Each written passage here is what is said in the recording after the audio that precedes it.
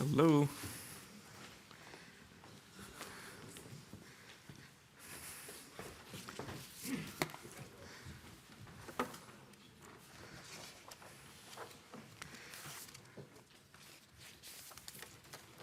Where's James Cantor? There he is. Hi. You know, there's a coat rack in the back. There's plenty of them here. Ladies and gentlemen, I'd like to welcome you to the launch of the Euro Plus Monitor Spring 2016 update. For those of you who don't know me, my name is Paul Hoffines, and I'm the president and co-founder of the Lisbon Council, which is, of course, a Brussels-based think tank, and will be your host here today. And we're the co-publisher of the study that will be launched a bit later. Europe is in a crisis, or so they say. The truth is that behind every negative headline or political setback reported on the evening news, actions are proceeding at the local, regional, and yes, even the European level. But what are we to make of all this activity? Does it add up to a positive picture of a continent on the move? Or is it, like life itself, an apparent contradiction? Difficult to measure, or in the words of Vladimir Lenin, who's probably never been quoted in an event of this type before, is it a matter of one step forward, two steps back? These are the questions we set out to examine in the Euro Plus Monitor, our biannual competitiveness ranking, which is produced and created each year with Berenberg, the global bank. The series is now in its 6th year with 8 excellent publications behind it. It's been quoted deeply and extensively throughout the European press in places as varied as The Economist, Chiacchiere Marini, Diarios de Noticias, Il Sole 24 Ore, Bloomberg, Reuters, Financial Times, Chicago Tribune, Irish Times, Die Presse, Boursen, and even something called Corexicode, which, despite its strange name, is actually a very important French research bureau on economic questions. At times, we like to think it's had a decisive impact on the reform debate here in Brussels and in the EU member states, and we hope it has also helped to make a difficult process a little bit easier to understand, performing an important benchmark role for a process where very real progress is often obscured by the short-term limits of some macro analysis and the very loud volume of sloganeering that sometimes accompanies it. The Euro Plus Monitor is itself built on a unique analytical framework. It's a double indicator, as many of you know, with 2 vital pillars. The first indicator measures the overall health of an economy based on well-elaborated sub-indicators and other criteria. And the second indicator, the so-called adjustment progress indicator, looks at the pace of change and the depth of reforms at the grassroots within the last 12 months. Even more importantly, the study goes on to bring these two assessments together, which is where the truly important insight comes. Are the countries that are reforming doing so fast enough? And are the countries that are already fundamentally healthy doing enough to remain that way?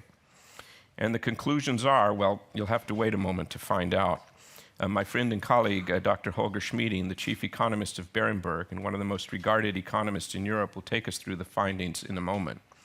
Dr. Schmieding, for those of you who don't know him, is a former IMF economist, the former head of research for Central and Eastern Europe at the Kiel Institute of World Economics, and former European chief economist for a global investment bank.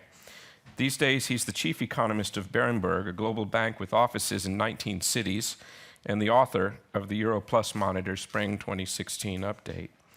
Before I introduce Holger, our keynote speaker, Valdis, and our keynote speaker, Valdis Dombrovskis, a few housekeeping announcements.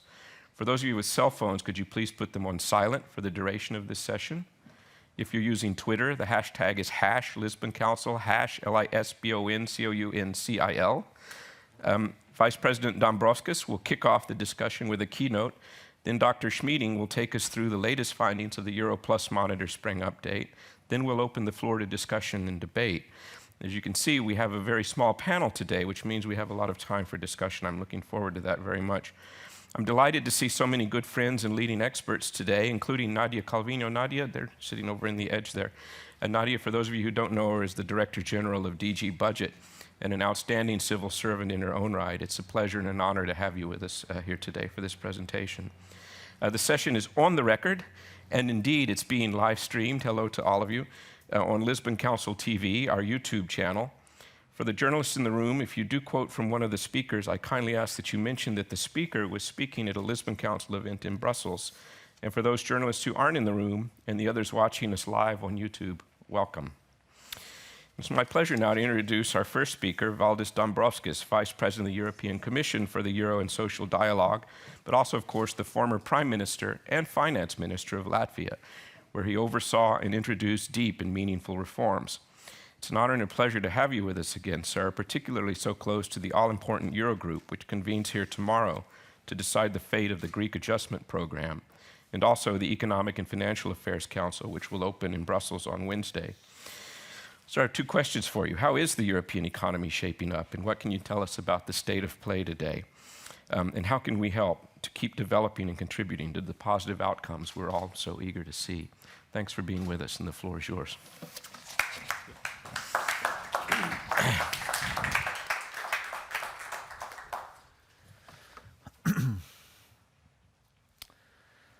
Honorable President Hofheinz, Honorable Dr. Schmieding, ladies and gentlemen. In just a few years, Euro Plus Monitor has firmly established itself as an insightful, critical, and therefore important contribution to the debate on Europe's economic progress and reform efforts. It is vocal in its conclusions and colorful in its descriptions, speaking of countries in terms of star performers and sick man of Europe. But this study again proves that it does so without losing any of the refinement needed for such a complex discussion. So we see once again the grayscales in the debate. All in all, the monitor concludes Europe remains on the right track, with progress being underestimated in important economies, while at the same time others are losing momentum.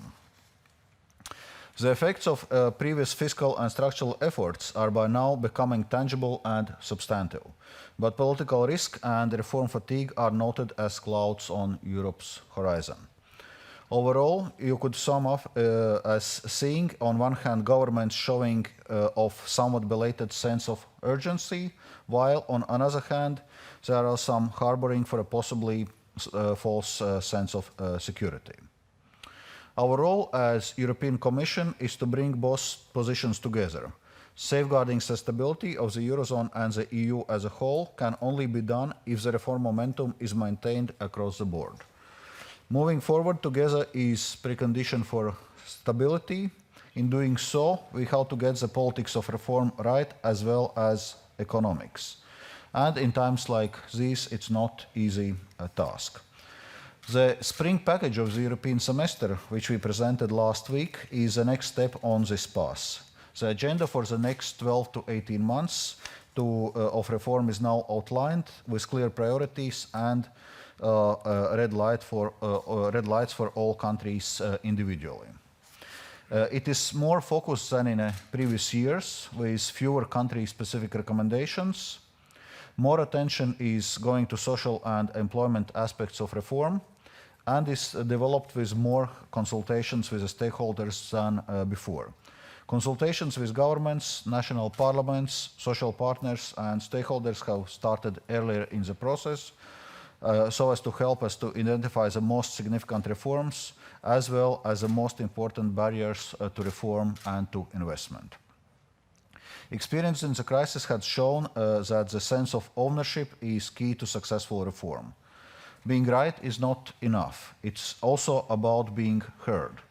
Convincing both politicians and public opinion of the need and the benefits of reform is therefore necessary. It must be said the economic context today is edgy. Yes, European economy continues to grow moderately but steadily. In 2015, EU's GDP expanded by 2% and it's expanded by 1.7% in the euro area, and this is the best performance since 2010. In the first quarter of this year, GDP expanded by 0.5% both in euro area and in the EU. But for more than a year, we had a benefit of a good combination of external and domestic tailwinds. The strength of the expansion exceeds the underlying growth trends. According to our latest forecast published earlier this month, euro area is expected to grow at 1.6% this year and at 1.8% next year, which is slightly less than forecasted earlier.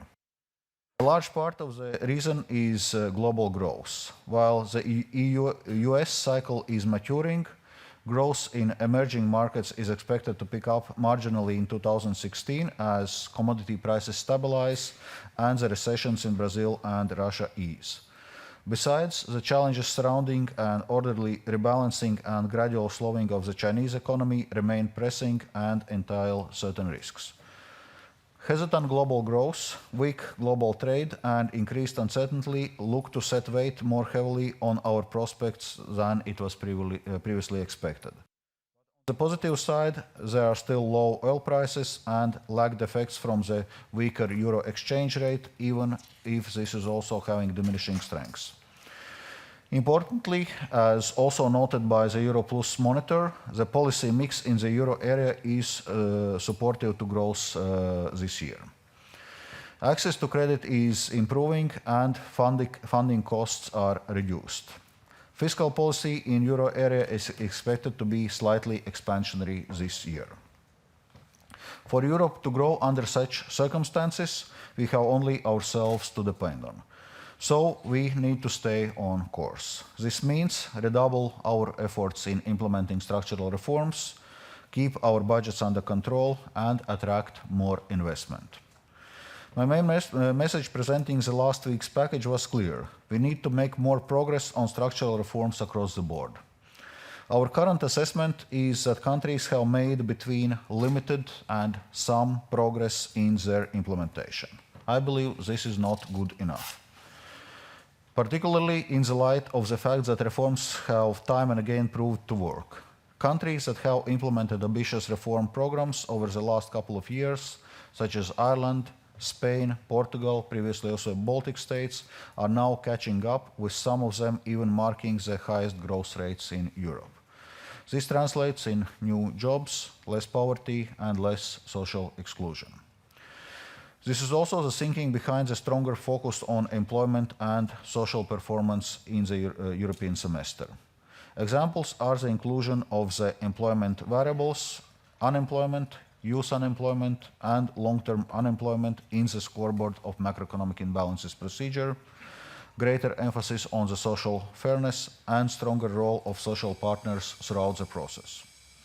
Investment remains still the weak point of our economic strategy. Some countries are now slowly finding more room for public investment, but private investment is not taking off as it should. Low private investment is not really the matter of the lack of liquidity. It is the uncertainty and risk aversion that still holds investors back. For that reason, the Commission has tabled its investment plan for Europe, which is now gaining traction. Projects approved so far are expected to mobilize around 100 billion euros of total investment. This is nearly the third of the 315 billion euros target. The aim of European Fund for Strategic Investment is not only to use public funding to attract private capital, but also to increase the broader momentum for investment in Europe. A business-friendly environment, well-functioning markets, and modern and efficient public administrations are the best preconditions to facilitate investment. Improving the framework for investment is therefore one of the main strands throughout the country-specific recommendations, and work continues on EU regulation on parallel. The cleaning up of bank balance sheets further helps to create the conditions for better access to finance. Banks have made substantial progress in adjusting their balance sheets, and most banking institutions are now well capitalized and liquid. But the banking sector in some countries is still reckoning with a high share of non-performing loans. Therefore, the Commission has recommended further action to reduce non-performing loans, including with the help of insolvency framework reforms. And then there is a fiscal adjustment, which remains unpopular but necessary as ever. Overall, the aggregate government deficit in euro area is set to fall to 1.9% of GDP this year. down from the peak of above 6% of GDP in 2009-2010. The fiscal stance in the euro area is expected to become slightly expansionary this year. However, adjustment efforts are still needed in a number of countries, especially in those with high debt levels, which is a drag on growth and persistent vulnerability. And the quality of public finances matter too. Efforts to make tax systems fairer, more transparent, and more conducive to growth and investment creation are vital. We need to step up fight against tax avoidance and evasion, both at national level and by improving the EU framework. We all want our public finances healthy in a long run.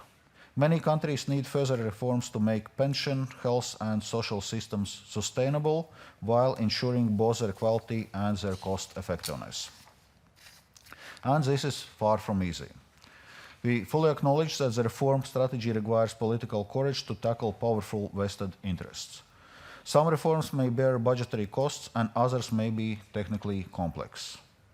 Very often, countries also face challenges in terms of their administrative and institutional capacity. So only legislation is not enough. Effective implementation is what counts. And that's often the hardest part. To support such countries, the European Commission has set up a structural reform support service and tabled a proposal for a dedicated instrument to provide support at the request of the member states, a structural reform support program. This is to help countries prepare and implement effectively the reforms in the context of the European governance process, in particular as regards country-specific recommendations.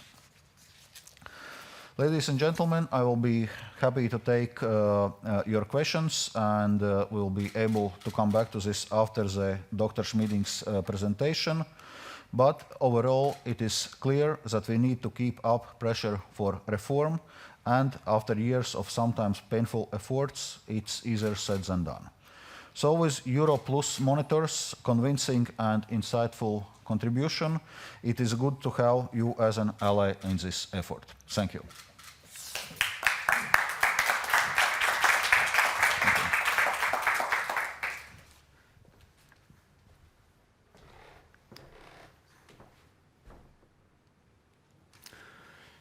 Ladies and gentlemen, the first two speakers have made it easy for me to present to you the results of our current exercise, as they've already explained, almost probably even better than I could, what all this is about.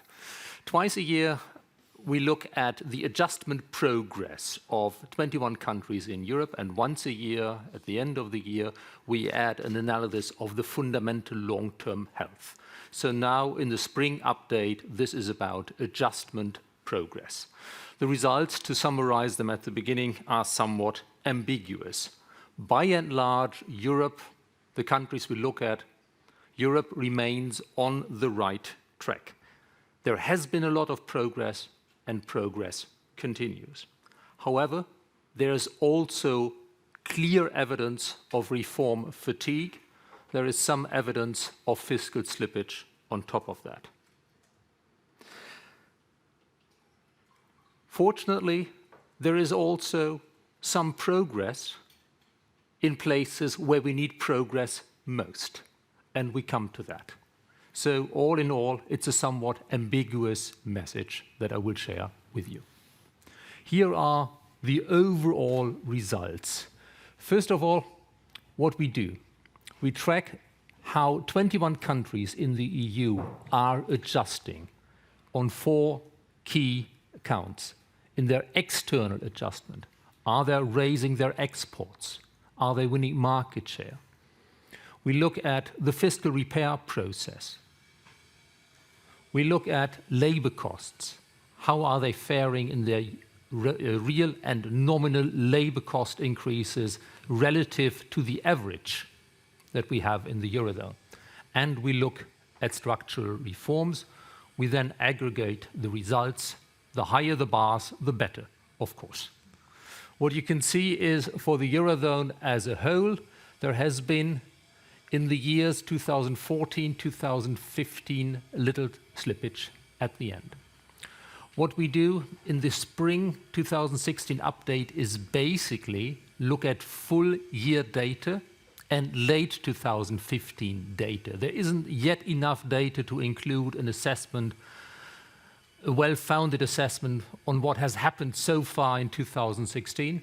So what we do is now full year 2015 on structural reforms, end 2015 on fiscal results, on exports and labor costs, adding that to what we presented in December. Overall, you see some slippage. In those 4 countries, which for a long time were the focus of the euro crisis, we had, for the last 5 years, always reported that these countries are far ahead of the rest. The crisis gave them no choice. They had to adjust. Creditors gave them no choice. They had to adjust, and they did adjust quite a lot. You see the difference between the red and the blue bars. But you also see that in 2014 there was a little, and in 2015 there was more slippage. We'll come to that later, with the slippage being largely on the fiscal and even more so on the structural reforms count. Here is the result country by country. You have the full table in the report that you have, so I'm not going to take you through all of them, and I avoid looking at a lot of numbers. For instance, you see in our ranking even now for adjustment progress up to and including the full year 2015, Greece remains top. But if you compare the grey bar to the blue bar, the grey bar was the result for the full year 2014.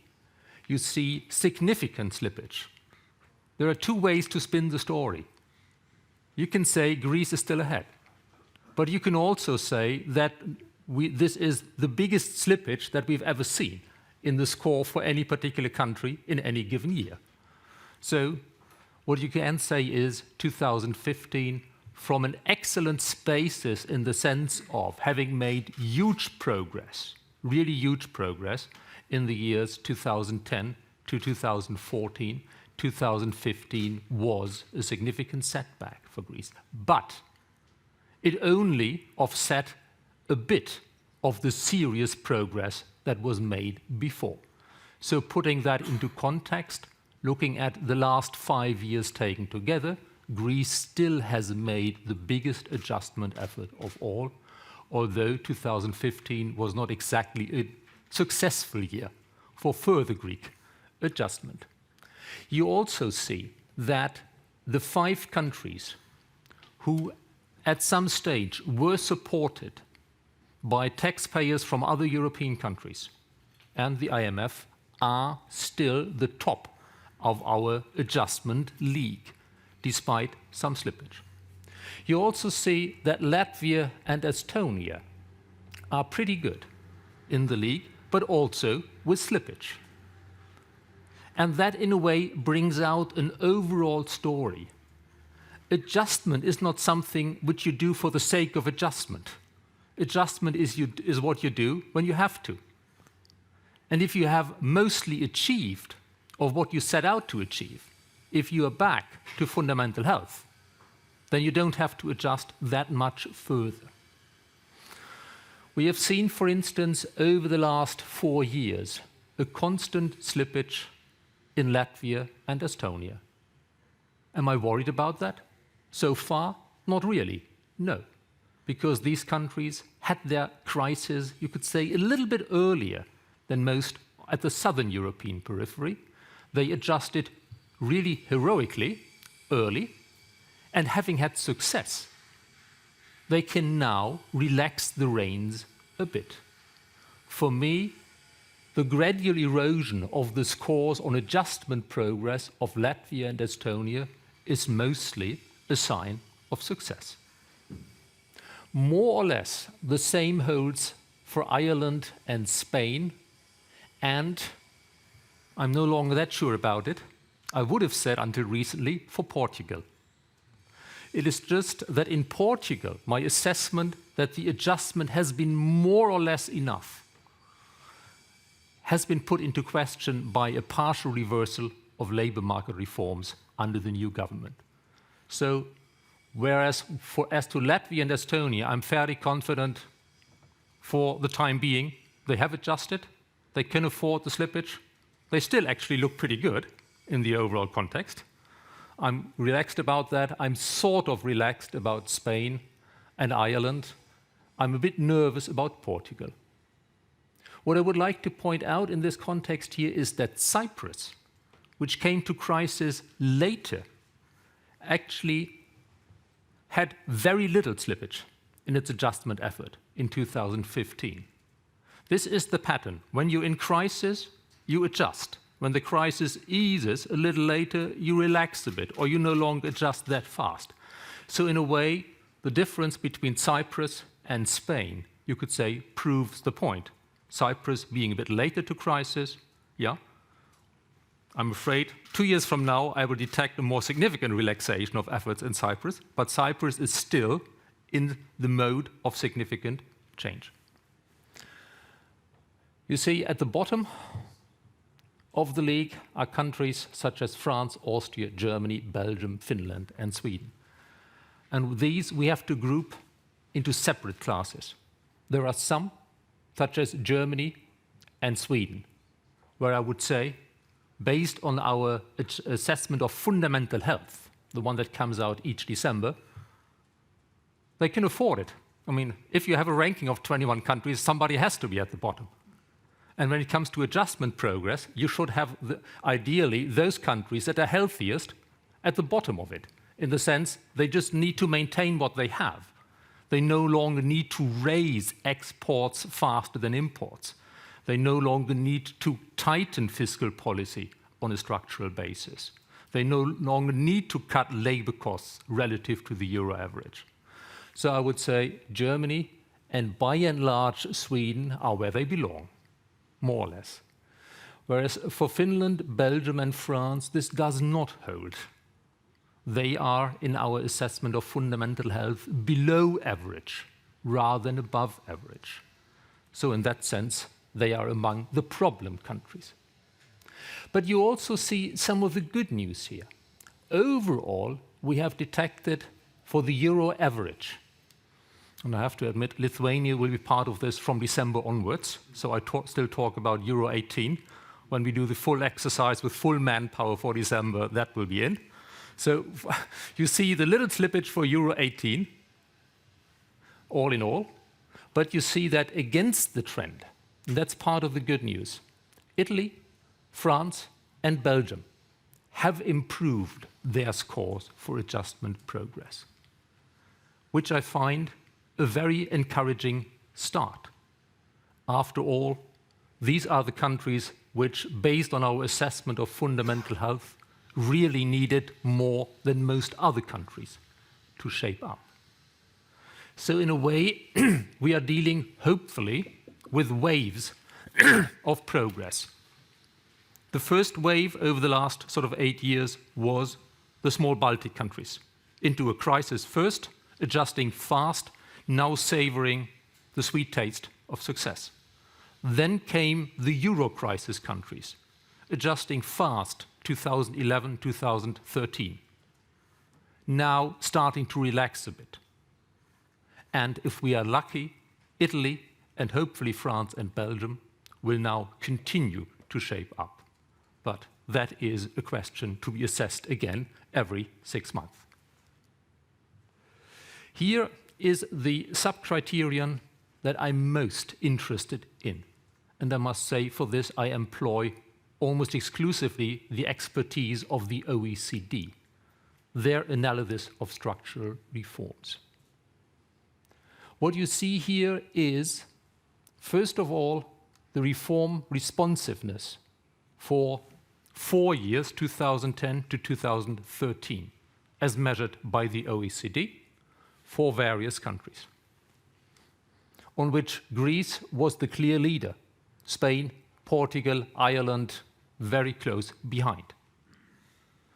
But you also see that in the last 2-year period, for which we got data from the OECD, 2014, 2015, these countries relaxed their efforts in structural reforms a lot. Once again, when it comes to Spain and Ireland, I can kind of understand it. They have done a lot. Put it that way, the Spanish labor market reform is far from perfect, but the German labor market reform of 2004 was also far from perfect, and it still worked. So in Spain, my guess is, even if not much else happens in the labor market reform field, it will be a lasting improvement. In Portugal, again, I'm not so sure. As to Greece, I will make a few comments separately. But what I would also like to point out on this is that when it comes to what I consider long-term the most important measure, structural reforms, for the last 2 years, Italy was top. And France was, among the Euro members, number 2, which is an unusual position for France to be in, which definitely is not how the current administration started in this ranking. So this is, again, what I mean by the somewhat ambiguous message. I see significant slippage, often among countries which probably can afford to relax somewhat, although perhaps they shouldn't relax that much.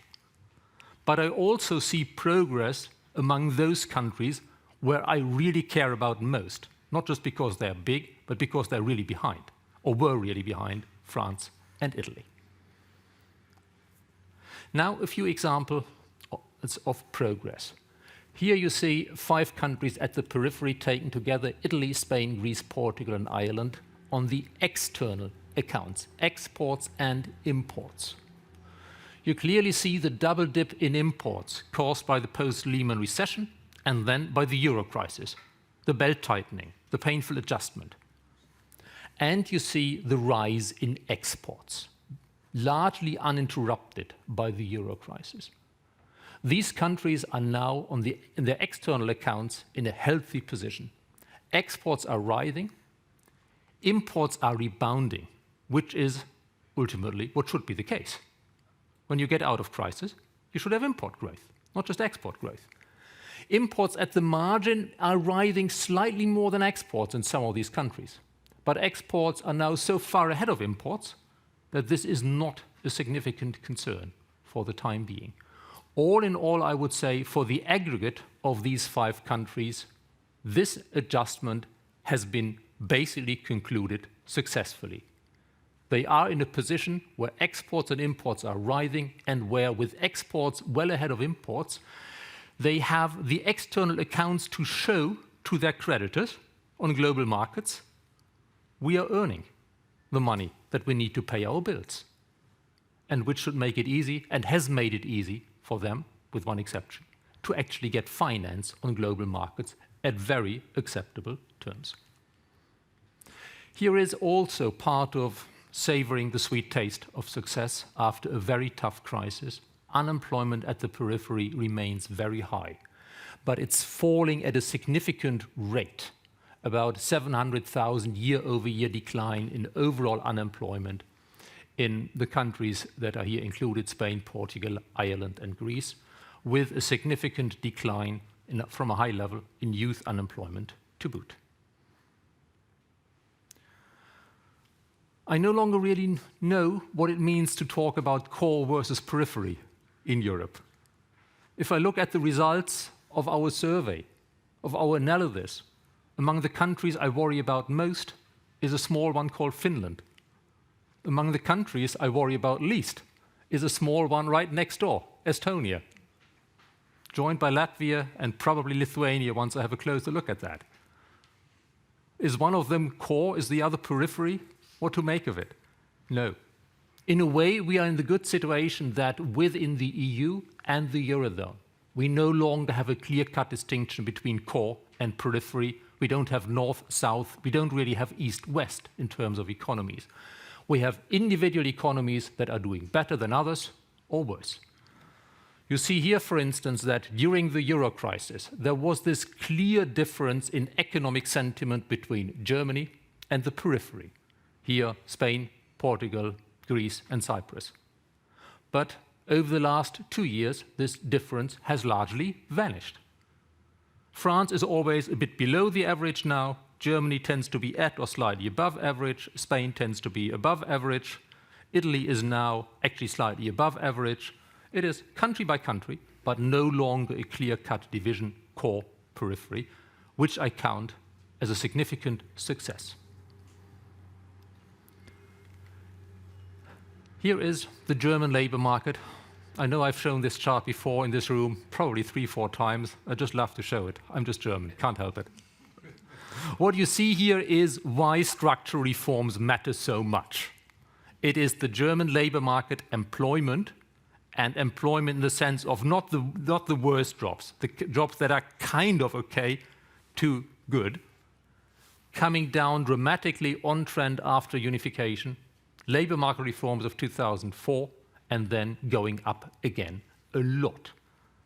The labor market reform of Germany is the major reason why the country has a fiscal surplus now. It has simply the jobs, the taxpayers. It also is the major reason why so many migrants, once they make it to the EU, say they would prefer Germany over many other places. That comes, in a way, with success.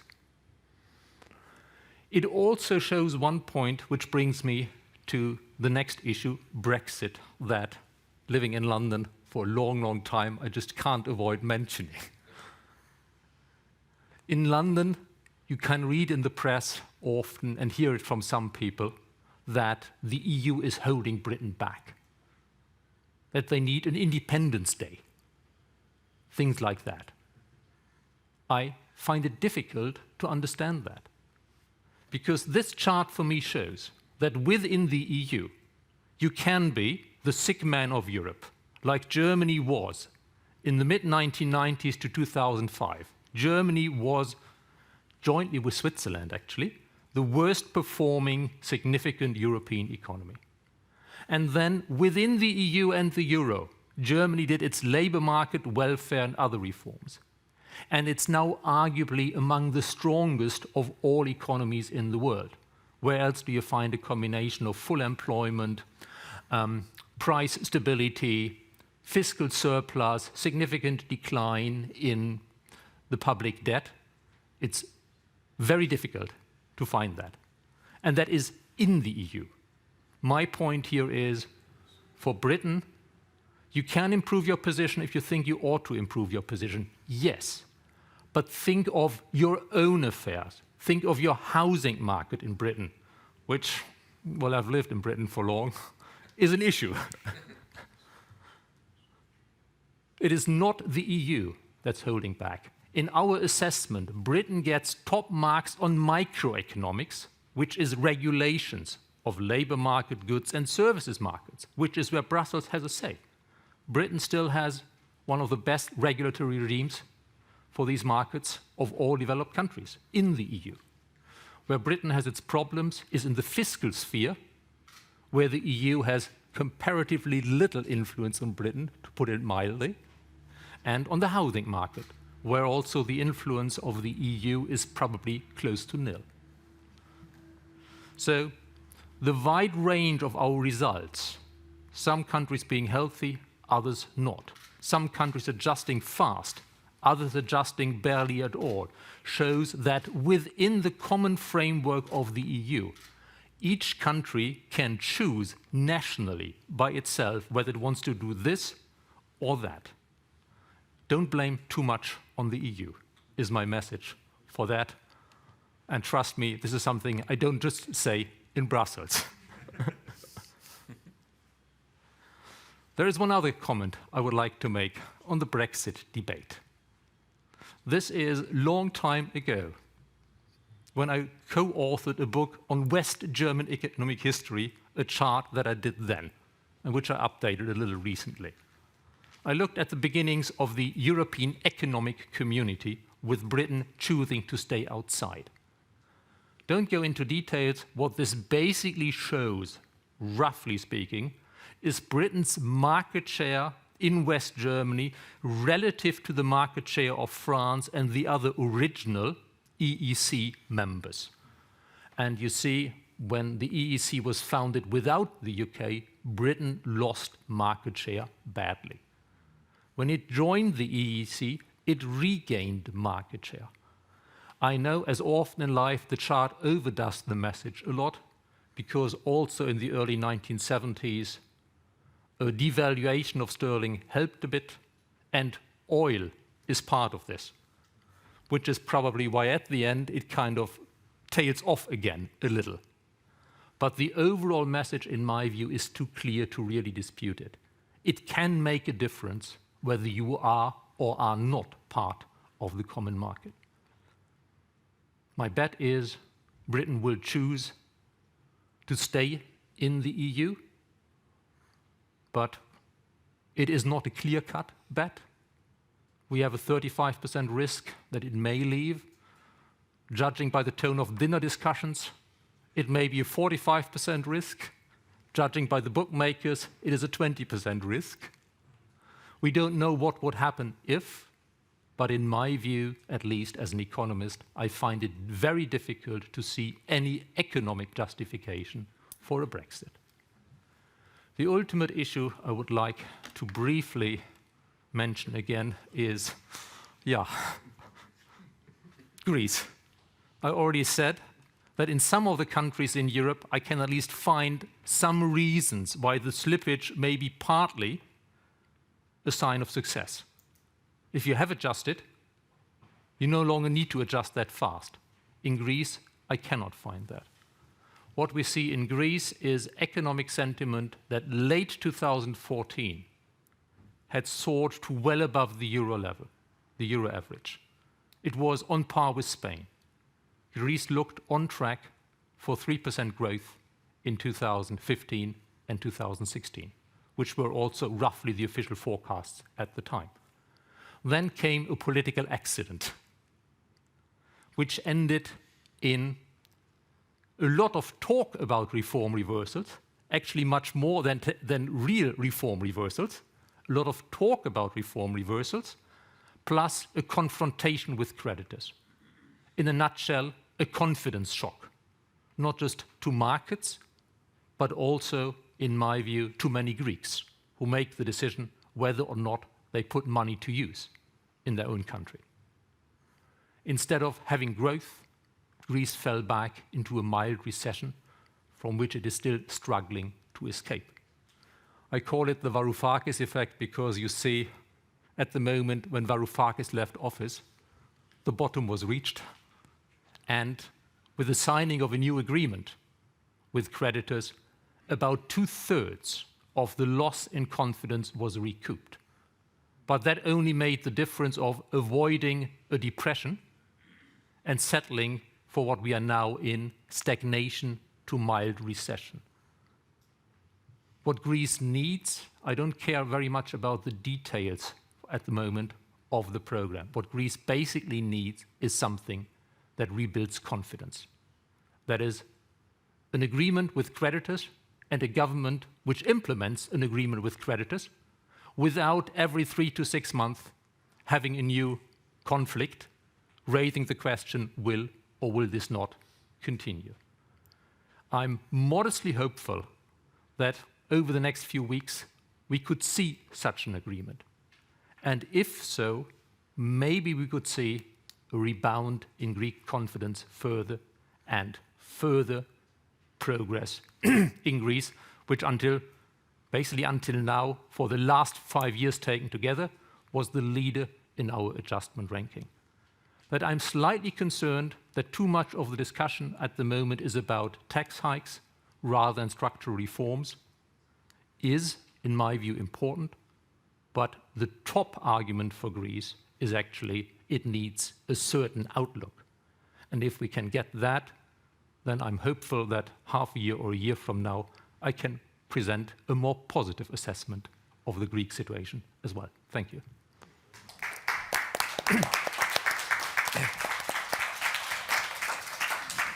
Thank you, Holger. That was terrific, as always. Vice President, I can't quite imagine what the world must look like from the chair you sit in. And what I mean is, I'm sure people are always coming to you with questions and expecting you to answer them. But we'd like to stand that on its head. I'd like to give you the right to ask Holger the first question today. Was there anything particularly interesting you heard or anything you'd like to follow up on from Dr. Schmieding's presentation? Well, I would say what we have heard from the presentation is more or less in line with the message which also European Commission is doing on the need for structural reform and the need really to keep this reform momentum. Maybe the question I would like to ask on the fiscal side. We both mentioned, I guess, the same thing, just framing it in a bit different wording. I was mentioning the overall fiscal policy in euro area turning slightly expansionary. You were mentioning fiscal slippage, which leads us to this debate which we sometimes hear. So what is your assessment on appropriate euro area fiscal stance? I think that was a question. No, I thought you allowed me to ask the I question. do, I do. So I asked the question. Dr. Schmieding? Thank you. I would say the appropriate fiscal stance, all in all, is probably what we have now, a modest fiscal stimulus coming to country details led by Germany, which, with its extra spending on refugees, probably about 0.5, 0.6% of GDP, is probably of all the major countries in the EU the one with the most pronounced fiscal stimulus this year. I'm, of course, a bit concerned about having seen last year slightly more slippage than I would have liked to see, especially in Spain. Overall, for Spain, for instance, I see fiscal tightening should be largely over. And my advice would be, don't change much. Let the results of the labor market reform show up in more employment and hopefully in an improvement in the fiscal situation. But relative to that, the fiscal result last year, largely on the regional level, was not good enough. And, well, we know the political situation in Spain at the moment. Nothing's happening. We have to wait until June. I hope that the full result for this year in Spain will be slightly better. Spain, in my view, should pursue a largely neutral fiscal policy. France should also pursue a largely neutral fiscal policy if they do labor market reforms. The problem is if they don't do labor market reforms, then they would actually need, over time, a tighter fiscal policy, because labor market reforms means you need less austerity if you get the jobs through labor market reforms. So all in all, the fiscal stance is fine. When it comes to country by country, I have a few comments to add to most of them. Okay, good, thanks. Let's take some questions. I think the first question will be on the same topic. El País, please. And can you introduce yourself as well? This is Claudio Perez. I'm the correspondent of El País here in Brussels. Spain is the third country in terms of cumulative adjustment. Portugal is the fifth. Dr. Schmieding have said that, well, a neutral fiscal stance could be great for Spain. But at the same time, do you think that with these numbers, do you think that they, both Spain and Portugal deserve sanctions? And another question is that, do you think that the fiscal rules with sanctions at the end of the story are pro-cyclical, which is the economic synonym of stupid? Well, who wants to go? Okay, I have the easy job because I'm just the economist over here. So I can say that I find the general idea of the fiscal rules, including the sanctions, right, especially in the context of monitoring not just the headline fiscal situation, but the structural balance, which is actually what we in this analysis refer to. There are externalities, the technical term. That is, if one member of the Eurozone has a huge fiscal deficit, we have learned over the last 5-6 years, it has an impact on the region as a whole. So there is a reason for other countries to care. Other countries have set up the mechanism where if you're in need, you can actually get access to European funds, which is another legitimate reason for the other countries to care about the performance of individual member countries. Yeah, and sanctions, all in such an environment can make sense. And ultimately, You cannot always look at what is the current situation. You also have to look at, well, these are the rules. We can be flexible, but we cannot abandon them completely. In my view, if I may add something to that, when it comes to sanctions, what I would have in the future, if I could reform the regime, I would have a clear rule that the key sanction is that if you breach your fiscal commitments too much, you will in the future find it much more difficult to ever get access to ESM funds than before. So that could be, with countries remembering what these discussions were, that could be a somewhat sobering sanction, which does not mean that the country at the moment, subject to sanctions, actually has to pay something, but it has been warned that its behavior has been noted by those who might theoretically in the future have to process the request for assistance. Thank you. Vice President, you want to take this easy question? Well, yes, I would say I broadly share the analysis of Dr. Schmieding. Maybe a couple of points. Indeed, it's something which also European Commission emphasizes, that both Spain and Portugal during the crisis had done substantial effort, both fiscal effort and effort in terms of a structural reform. So this certainly has to be acknowledged. But of course, the fact remains fact that both countries also missed their budget deficit targets and are not to correct excessive deficit by the time it was foreseen in a council decision. But then there was this question of pro-cyclicality of fiscal rules. And there I would like to emphasize that one of the lessons from the crisis was exactly to deal with this pro-cyclicality. And that's why we have much more emphasis on structural balances, structural fiscal balances right now, which take into account economical cycle. But of course, it's worth remembering when we talk about procyclicality.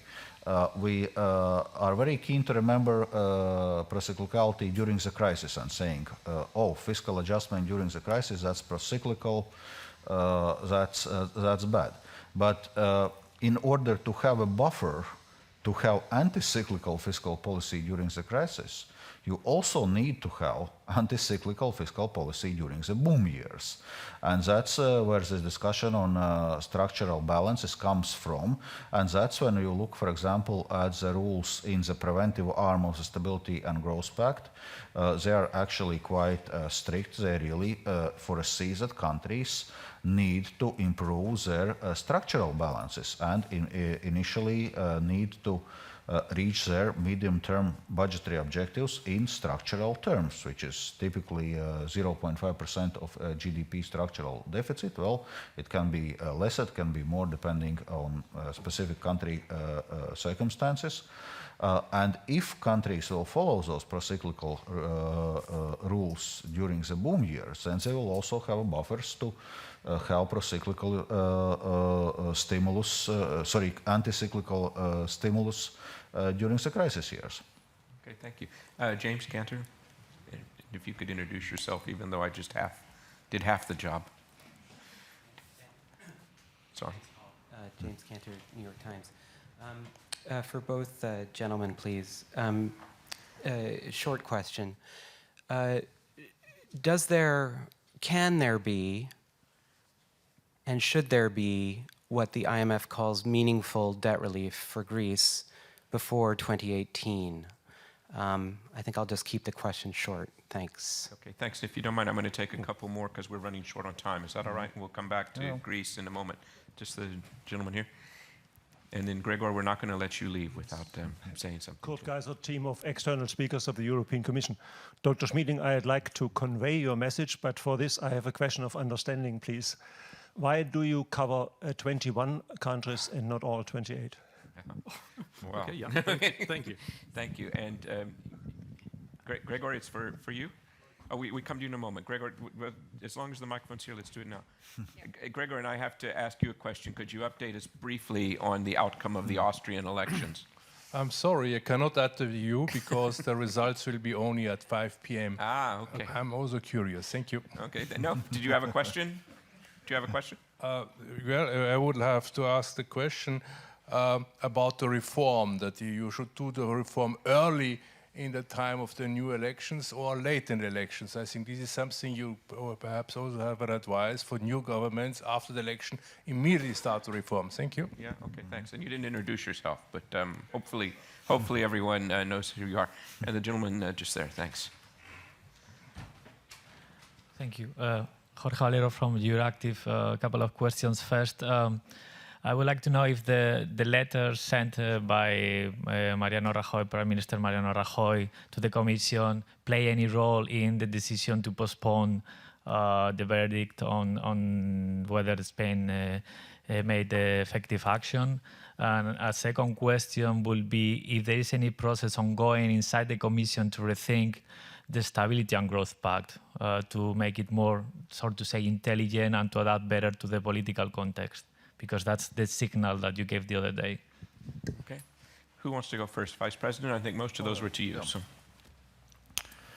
Okay, on the first question on debt relief or debt measures as regards Greece, what everyone agrees that the Greek debt needs to be sustainable. And that's while part of this ESM program and part of potential IMF participation in the program is a debt sustainability analysis. That is something what everyone agrees, and there are two elements to this. First, it's for the Greece really to follow prudent fiscal policies and to achieve substantial primary surplus. We know the medium-term goal is to reach 3.5% of GDP primary surplus by 2018. Another, given indeed a very high debt to GDP ratio, which exceeds 180%, is to look at the debt conditionality. And this is something what Eurogroup has repeatedly agreed to do. Already in 2012, but also last year when the program was agreed, and also in the last Eurogroup where it was spelled out that Eurogroup will assess the Greek debt and look at some measures, both short, medium and long-term measures. And one can expect some further discussions in this regard tomorrow and also in the coming months and years. Because one thing is clear, that we now have Greece in ESM program, which is a 3 years program, and of course everyone wants Greece to be able to leave the program after the 3 years and to be able to finance itself from the markets. So from that point of view, really there also needs to be a conviction that debt is sustainable also from the markets point of view. So that's where we are assessing the Greek gross financing needs, and that's probably one of the key indicators which creditors are assessing. But it's also worth noting that the Eurogroup or Eurozone loans to Greece already are on quite concessional terms, with very long maturities, with grace periods for both interest and principal, with very low interest rates. And as a result, already now, Greece is paying on its debt servicing as percentages of GDP. Now we talk really about mainly percentage payments, around 4% of its GDP, which is less, by the way, than countries like Italy or Portugal are paying. So there are various aspects on this Greek debt, but in any case, creditors are ready to look at this and, if necessary, to take measures while excluding nominal haircut, which has also been emphasized by the Eurogroup. Then on this 21 country, I will leave it to the doctor on the reforms. Indeed, what was emphasized also by Dr. Schmieding today is that countries do reforms when they are actually forced to do reforms, when the economic situation and so puts the countries in position when there is an urgent need and there is no avoidance of this. I was myself, when I was Prime Minister of Latvia, dealing with a crisis, I was often using this saying, these jokes that reform starts when the money ends. So, but indeed, if you look at this, from the angle you asked, of course, it's good to start with a reform agenda early on. So once the government starts the work, to do the assessment and to start the work. Absolutely, on this, I agree. Then on the question on the Commission's decision. Well, it has been already communicated since the very beginning that indeed the reason for postponing the decisions was broader reasons behind narrowly the scope of Stability and Growth Pact. And of course, Spanish election had been one of the elements which has been assessed there. But nevertheless, we will have to return to those decisions, as it's a Commission's duty to monitor the implementation of excessive deficit procedure. And Commission has clearly outlined that it will come back to those decisions according to Article 126 of the treaty in early July. There you go. Holger? Yeah. Thank you. First of all, the 21 versus 28 countries is an easy question. That's just the capacity of what we can do in our team. We are building the team. We will add countries as we can. In a way, I could just say, let's take the numbers for 28 countries, but there would be countries among them where I have no feel for the data. There are many countries where I have sort of a feel for the data. If something looks funny, I know what to look at, what is it? But I would be uncomfortable presenting results for a number of countries which are currently EU members, but which I have never analyzed myself. So year by year, we'll get there. Secondly, but thank you for the interest. As to debt relief for Greece, first, there has been significant debt relief for Greece already in the so-called private sector involvement, and most of all in taxpayers taking over the debt at very generous conditions that was beforehand held in the market. Also, I think going forward, debt relief is the least important question for Greece. It's a nice issue to talk about, but it's the least important. If the last 18 months have taught us anything on Greece, in my view, it's the domestic policies that matter. If it hadn't been for this accident I described, for which I sometimes use the label Varoufakis effect, Greek GDP at the end of this year would probably have been 6% higher than it will now be. And the potential privatization revenue from the banking system would have been much higher without the capital flight in between. That would have made a meaningful difference to the Greek debt to GDP ratios. So debt relief isn't that important. The country needs a perspective, the country needs the right policies, and the only part of debt relief that we really need is to make sure that for the foreseeable future, say 10 years, we have Greece, the Greek budget, not crushed by financing obligations. Whether the longest maturity of Greek debt is pushed out to 2080 or not, whether it stays at something like 2050 or 52, I think is basically irrelevant. Okay, thank you. I'm going to take one last question from Michelle Chang, who we didn't know. He already answered it. Okay, anyway, for those of you who don't know her, this is Michelle Chang. She teaches political economy at the College of Europe. I'll just give you guys a chance to give us the last word. What's the outlook for the European economy, assuming we avoid a dust up at the eurogroup this week? The Greek package stays on track, and just granted an assumption. What's the outlook? Well, the outlook is of moderate recovery. Something which I noted at the beginning, but we see that the growth rates both at EU and euro area are expected to stay slightly below 2%. So what we need to do is really to strengthen the recovery.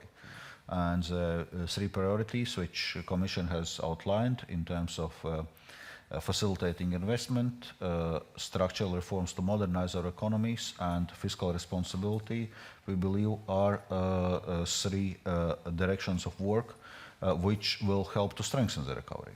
Okay. Thank you. Holger, would you like to take it?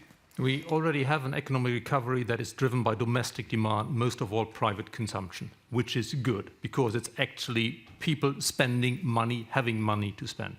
The outlook is short of Brexit and the disruptions that may bring, short of any other major political crisis. The outlook is for more of the same mediocre growth, 1.5%, slightly above that, with an ongoing improvement in the labor market, initially focusing partly on the not so good jobs before it graduates ever more over time into the better, more permanent, the well-paid jobs. If we are lucky, and I think we will be, this ongoing improvement in the labor market will also, in a few years from now, show up in a politically less volatile situation. But we are, for now, at the interesting bit of the cycle where the economist can see it is getting better. It really is getting better in most places, but the mood of those who had just experienced unemployment or those who are still afraid it might be their fate, the mood has not yet improved with the economy that is starting to perk, or has started to perk up. And by the way, before I invite you all to thank our speakers, we will end on that note. I'd just like to thank each of you individually. Vice President Dombrovskis, you have a very tough job, and you probably don't hear thank you very often, so let me be among the first. I cannot imagine what it's like to be steward of this ship that I read about in the newspapers every day. But we've come through the crisis, and we're still in business, and that's no accident. And Holger, thank you. It's a lovely study. I love this thing. It's not only terrific this year, it gets better each year. You've made a huge contribution to the debate, not just today, but here in Europe broadly, towards, as I said at the onset, helping us understand what's happening, because it is a complicated process. Listening to you talk, it sounds so simple and it sounds so easy, and that's a tribute to your intellect. So thank you so much for this again. And can you join me in warmly thanking both of our speakers?